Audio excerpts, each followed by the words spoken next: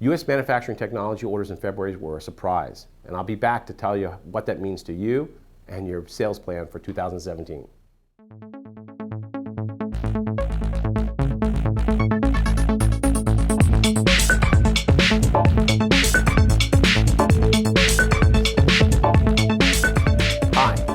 And I'm here to talk about the U.S. manufacturing technology orders for February. And I've got pretty good news. A lot better than I was expecting. January orders were a bit dismal. They were started off the year with a really negative number, and it was even more negative than we were expecting. But February, it's exactly the opposite. February is up 1.7% relative to where it was in 2016, and is up 19.6% relative to January. Both really good numbers. And if you take December's negative number out for December to December numbers, we start back at September to the present, and we have 6 months worth of positive numbers with the one exception of December. These are all good signs. And again, it's on the track that we've been painting since last May, that we'll have a full recovery in swing by the time we get to the end of spring. What's driving it though? Well, we're looking around, and all the indicators are positive. The PMI is sitting around 57, which is 7 points above the expansion line of 50. You've got the consumer sentiment is still sitting around 96%. You've got housing starts that were up 3%, over 100,000 units a month. And then on top of that, U.S. cutting tool market report showed that cutting tools, which is a consumable and usually leads the recovery in machine tools and manufacturing technology, they were up 4.5% relative to January as well. See, all these numbers are starting to paint a picture of a trend upwards. And then what's driving it? Well, as far as industries are concerned, aerospace was right up on top, double what it was in January, about 50% better than what it was in December. The numbers there have been really, really good. But what's really exciting about the February numbers is that no one industry really went out over the others. While aerospace jumped back up, it was fairly low in January. The broad-based growth in orders across a lot of industries, including appliance and most consumer products.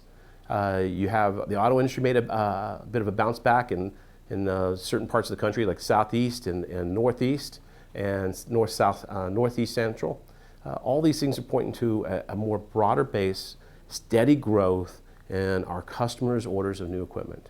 And when we look out to geographically where things are occurring, the Northeast had just a phenomenal month in February, driven again partly by the aerospace industry and the engines element of that, but also with some pickup in some of their more traditional industries, which I won't put up on the screen.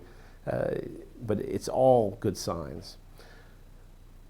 Listening to some of the anecdotal information that's been coming in during March, and we just finished our MFG meeting. Everybody there was on the upbeat side of information. Quotation activity at the end of February and through March was wonderful. In fact, people were expecting that orders for April will really be a stellar number relative to where they were in April of 2016. In that, you've got forming and fabricating, valves, anything made out of foundry products and machined.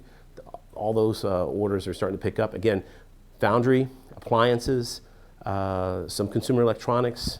I'm trying to think what another good one example. These are all industries that haven't really bought new machines since back in 2013 or 2012, and their average age of equipment in those industries has moved up by 2 to 3 years above the average of all manufacturing technology in use today.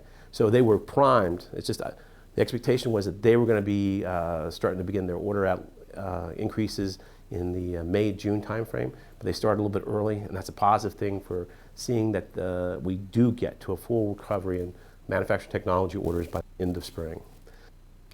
And just to give you a heads up, May 4th, we're going to have the next in our series of economic updates for the people who subscribe to the Global Forecasting and Marketing Package. That means if you were at the Global Forecasting and Marketing Conference last October or bought into the package in either January or about to buy into for the spring, you'll have the opportunity on May 4th to see a special guest from our friends down the road here in the Virginia area, the Manufacturers Alliance for Productivity and Innovation. Their senior economist, Cliff Waldman, is going to be joining us to give us his perspective on some of our key industries growth opportunities through the course of 17 and into 18. And I'll be there to give you a little bit of perspective about what some of our key forecasters of our industry are saying about our industry's prospects for the remainder of 2017. So with that, again, this is Pat McGibbon. Good luck with your quotation and orders in March, and we'll see you next month.